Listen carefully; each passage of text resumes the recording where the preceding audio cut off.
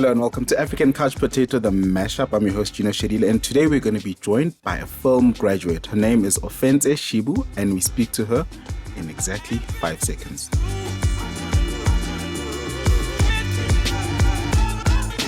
Ofentse, how are you? I'm great, thanks. How are you, Gino? I'm very good. I'm going to do what they all do when they interview for a job. Tell us about yourself. Well, Ofense is a 27-year-old female. She's from Limpopo, grew up in Polokwane, then moved to Centurion, and I've since went to high school and varsity within Gauteng, and I attended AFDA Johannesburg.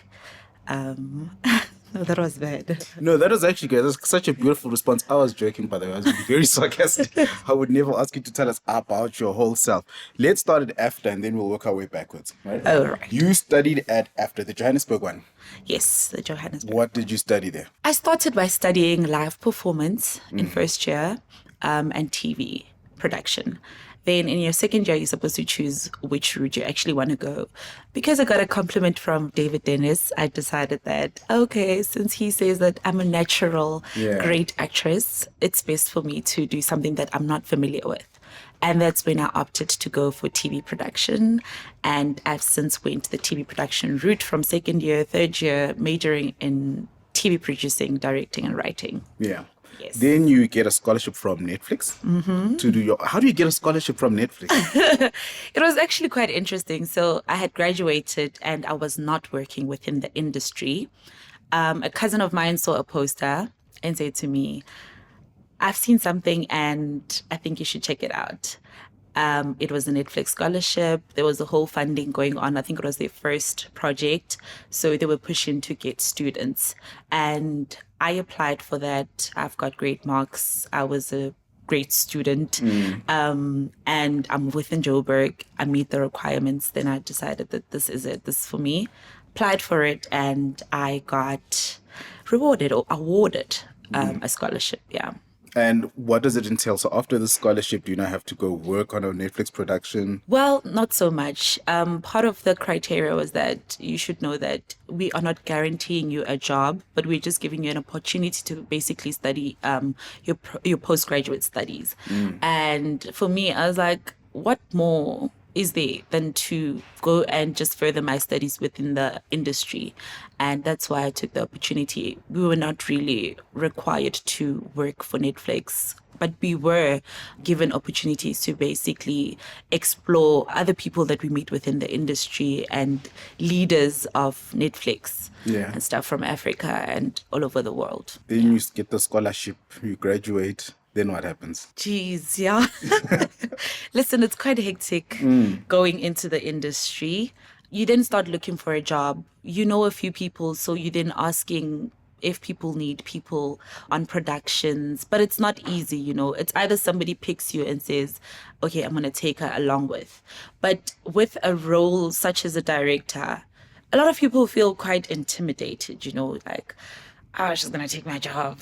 I can't really, you know, I've tried reaching out to several people. I just don't want to name them. Within the industry giants, just asking if I could shadow them. And geez, man, it was quite tricky, hey?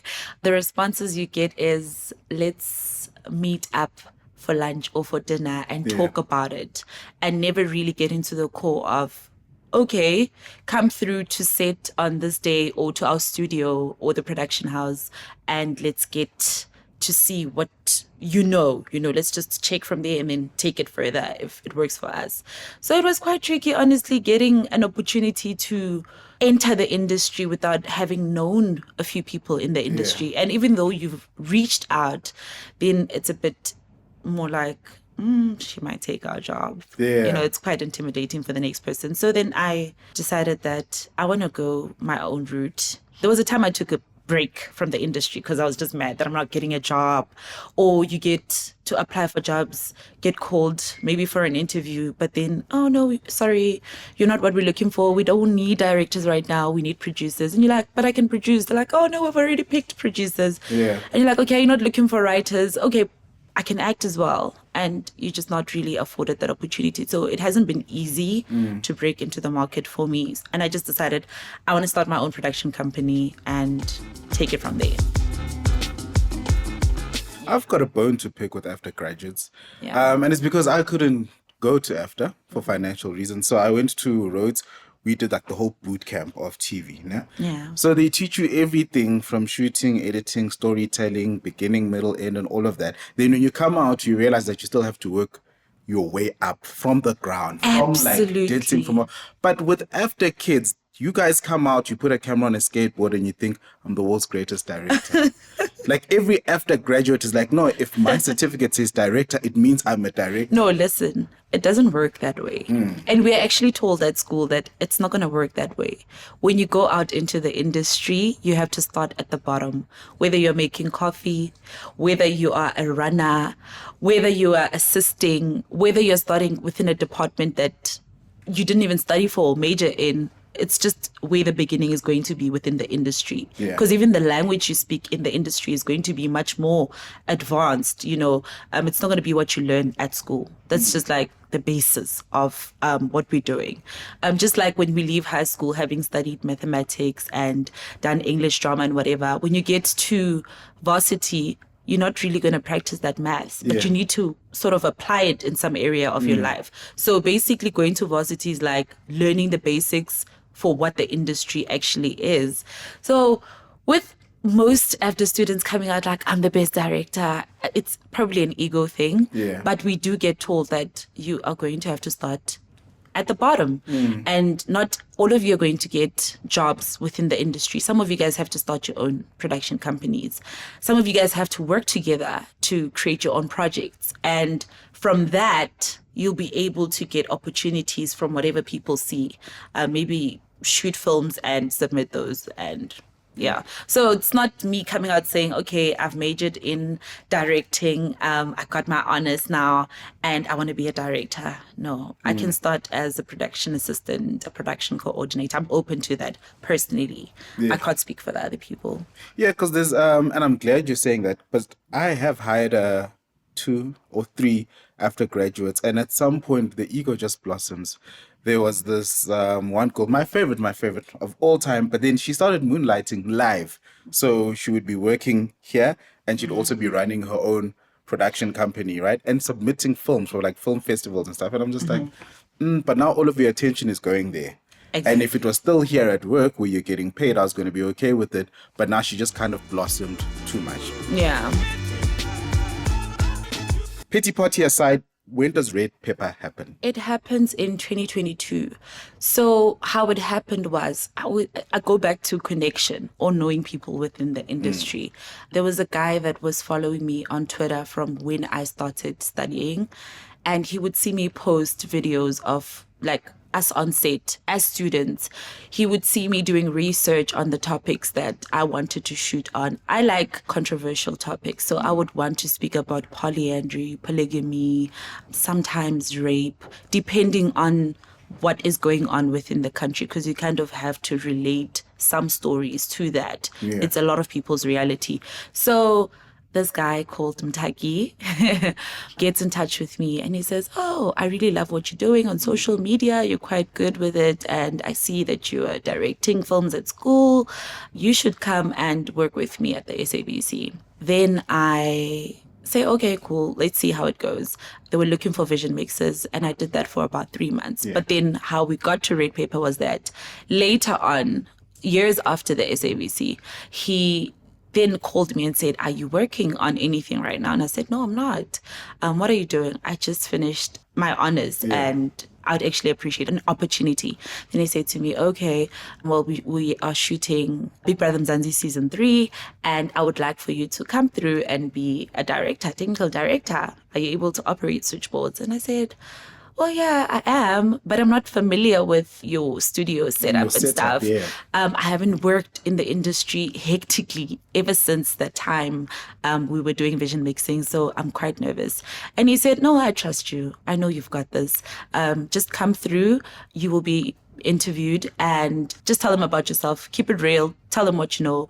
And I know you've got this. Yeah. So then we went to Red Pepper Studios, and we also went into training. So it was quite easy for me to adjust to everything. I knew what I was doing. I was excited. Yeah, it was a great journey. And how do you keep going? Like, why didn't you just teach English in Korea? Geez, I feel like I'm not passionate about, let's say, children, but I am passionate about All teaching. of the children in the world. Funny thing is now I have my own. She's quite young, Are you but passionate about her at least? absolutely. Somewhat. So what I'm saying actually might sound like I'm contradicting myself. When I was young, I used to like teaching kids, Yeah. but I'm not passionate about kids. I love teaching. Yeah. Currently, I do mentor people because I'm also in business. So I do mentor people with starting businesses, small businesses in retail and whatever. But I didn't want to go teach English in Korea because that's not my thing. Yeah. And also, I just felt as though I don't want to be rushed into getting into the industry, making it, becoming the greatest director. I believe in investing in myself. A lecturer of mine at school, when I was doing my third year, said to me, you know what, Ofentse, you're so great. His name is Lucius. You're so great at this. I like the fact that you would ask questions. You would literally challenge me and so on and so forth. Don't stop. If you don't get a job right now or whatever, things don't go your way, create a web series for YouTube. Start there, put out your work. You've got great stories to tell. You tell stories that people don't really think about. I loved being a producer, director, writer. So I'd be a director, but then I'd be a writer as well. Yeah. And then I would help producers because sometimes they don't get what I'm trying to put out there, and I have to fill in those pieces. So for me, it was, I can always grow as a writer. I can always go and be a producer. I can always go. I'm an all-rounder. And AFDA does teach us basically everything, from the technical side of operating cameras, operating sound. Those are things that I knew. So I was like, there's nothing that I can't really do. It's just a matter of, I want to do this.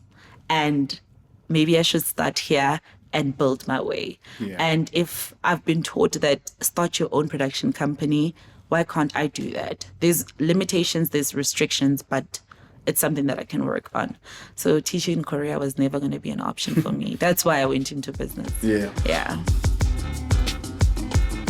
How do you feel about self-broadcast, where we have this new wave of TikTokers, Instagram story time, and people just really using any device that they have accessible to share stories? How I feel about it is that it works for some people and it doesn't work for other people. But I also feel like it could be short-lived, for most people that don't get to make it. For others, great. They get opportunities with your TV productions, so on and so forth, with radio. And for others, you just become a social media celebrity and it ends there. Now you start losing your narrative because now you have to start doing funny things if the work that you're putting out is not attracting people. But then again, you're testing the market. Yeah. So I can't judge you for putting out funny content, whereas you started out wanting to do a podcast, So for me, it's something that I thought of exploring. My mom was like, oh, why don't you do a YouTube channel? And I'm like, if I'm doing a YouTube channel, I'm going to go shoot content, maybe a short story of whatever with my phone, edit that, put it on YouTube and say, guys, this is what I've got to put out there, because that's what I went to school for. But I'm not going to get there and say, welcome to my channel. Let's do a get ready with me. It's not my thing. It has the people. I'm a natural creative. I don't like saying I'm a content creator. I'm naturally creative. So by that, I'm able to create content without even having to be planned and, that. Yeah, that's me. Yeah. You went to Littleton Manor. Yes, I did. At that time, did you want to be a star still? Like, did you want to be an actress on the big screens? Or were you kind of like thinking everybody else is going to go into engineering and accounting, so I must find a safe option? No, not really. I actually studied accounting, then I dropped it because I felt like I'm not reaching those high marks that everybody was. In accounting, you either pass or fail. But when you get to like grade 11 and matric, there's no in between. With other years, they carry through your marks, but then when you get to 11 and 12, you either make it to your 80s and above, or you are 40s and under. So I was now falling in between 50s, 60s, and it wasn't making sense for me to continue with that. So fast forward to after that, I wanted to study law. Yeah. Yeah, that was like Viva. Commercial law, labor law, criminal. It was more of corporate law. Yeah, that was my thing. I'm not into the criminal law stuff. I can't deal with such people. I think I would lose my temper or not be able to defend them. But You'd shout at them. I'm a very honest person, so it's very hard for me to now then have to come up with the reason as to why you committed a crime. So that was not for me. Then my mom said to me, you know what? I was a photographer as well. I had a camera. She had bought a camera for me, a Nikon D5200. Yeah. So I was doing like taking pictures of plants, animals, food. That was my stuff. People here and there. And she's like, you know what? You're so good at this. I think you should go. And you're studying drama at school. I think you should go and study live performance. And I wanted to go to Wits. Yeah. But then a friend of mine, TK, said to me, no, just go to a place that specializes. Wits, you're just going to get broad education. But I don't know if you're going to go into hectic practicals. Then he recommended that I go to AFDA, and I did my research. I went to the open day. The school looked like a factory. I was like, oh, what is going on here?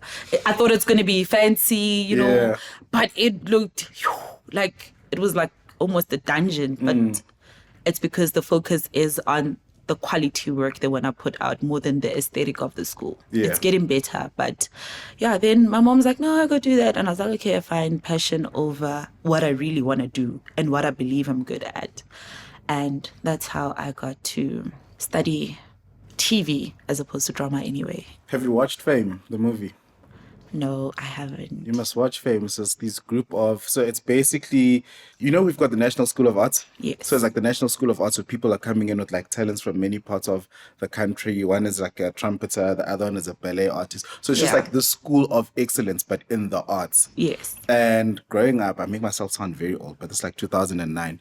They redid the original Fame. So they put, I think it was Natori Newton, some of the younger kids. Okay. And it's what you expect from a place like Wits or from AFDA, that you walk in and there's like somebody singing and there's somebody like skateboarding, somebody spray paint, you know, like all of these creatives in one hub, and it's just like a feel good. We're all gonna walk out here and be super famous.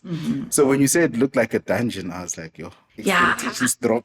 Absolutely. But then you then look at it and say that sometimes to produce quality work or quality results, the place might not look that great, but you've got great equipment.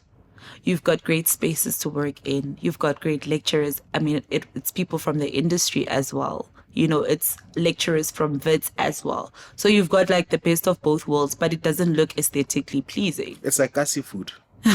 Yeah. Township food. Yeah. If you want to have delicious township food, go to the dirtiest caravan. Exactly. Go to Alex, my Pan Africa. When you see the rat passing next to you, as you, Then you're like, then you know. If there's zero standards of hygiene, the best taste. And the thing about it is that the presentation of the food is actually amazing. It is. And the taste is amazing, but you wouldn't think that you'd get that out of that place. Because it's flavored with all those germs. That's what I feel like sweat here. There's a saying that says "Chilai bolai" in Sotho, which means dirt the dirt doesn't doesn't kill. kill. Yeah, so I guess it sells. Going to your skills and interests now on your resume, vision mixing, you've chatted to us about cinematography. Do you think you're more of like a documentarian in terms of your style of directing? Would you want to spend 90 days somewhere, Kososhanguve, following a story? Absolutely. Yeah, absolutely. I love that because then I love telling authentic stories. I believe that for you to be able to tell a story, you need to actually go and be within the setting of the story that you want to tell. So the reason why I did a documentary on polyandry in my honors year was actually because I wanted to do a documentary on polygamy. I'm from a polygamous family. Yeah. And I just wanted to see what it's like for other people in polygamous families. Because people online say, oh no, I don't like being in a polygamous family or being from a polygamous family because my dad only focuses on that family, so on and so forth, right? And my experience was different. So now I wanted to get a different story altogether, and it didn't go well for me. I have an uncle of mine that is a polygamist, but he's more private, so he didn't want to tell the story. He felt it's just going to expose our family, so on and so forth. Yeah, and he's like, no, I'm not going to do this. Then I was kind of shattered. But our lecturer sat us down and said, listen, you don't have to change your story. Because I didn't want to talk about mental health. Everybody talks about mental health. Everybody talks about abuse. Trauma Let's talk about things that are real, things that people don't really want to talk about. They just talk about it on the surface and let it pass, Then she's like, let's do the inverse of polygamy, which is polyandry. Then we did our research and I went to the green paper. And there were laws that were introduced the year before. I think it was 2021. Yeah. They were not signed off, but it was something that we're supposed to speak about as a country on polyandry. Polyandry being that a woman marries more than one husband, And geez, man, it just became an interesting topic to go into. And I just went hard and hard and hard and hard. And I realized that I love doing background research on topics that are controversial. That's me. I went to speak to taxi drivers and ask them, would you ever marry a polyandrist? Never. I'm a man. And you go to different types of people, male, female, asking females, would you be a polyandrist? And they're like, no. But as soon as you switch off the camera, they say, yes, actually, I would be. So I also learned a lot as a director that while you are interviewing somebody, just give them time. Don't just cut when they're done talking, because the conversation would go on. So then I started capturing those after interview conversations. And I realized that, wow, man, this is very interesting for me. So I do love documentary. I do like live shows as well, because it's fast paced and you get your story done. You stick to brief and so on and so forth. It's very important what you're saying about letting things simmer. Like if you're going to be asking somebody a question, you should wait for the dust to settle. Yeah, because that's where the real answer That's when people actually give you. And also sometimes people are just nervous to speak. So they want to give politically correct answers, safe answers, or abanpazutin kind of answers, Exactly. So now once they're dusting themselves off and they're taking off the lapel, they're just like, ish, but actually I have 2 boyfriends now.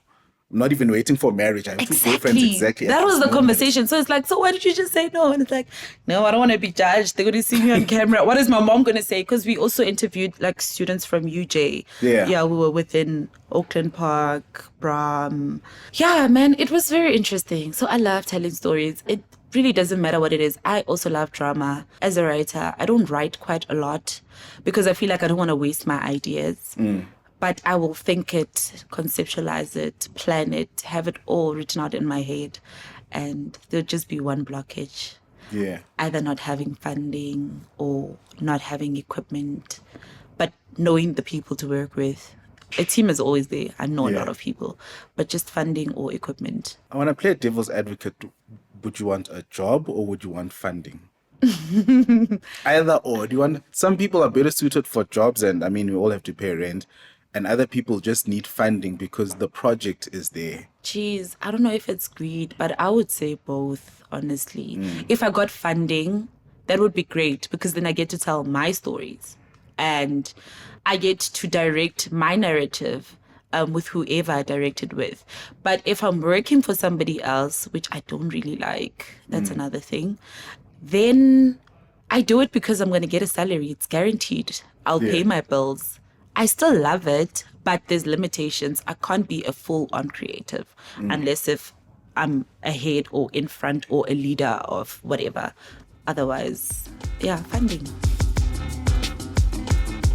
What would your ideal job role be? So if we have somebody listening and they're like, okay, we've got opportunities, but we want one that is not going to irritate her as somebody who's coming on board.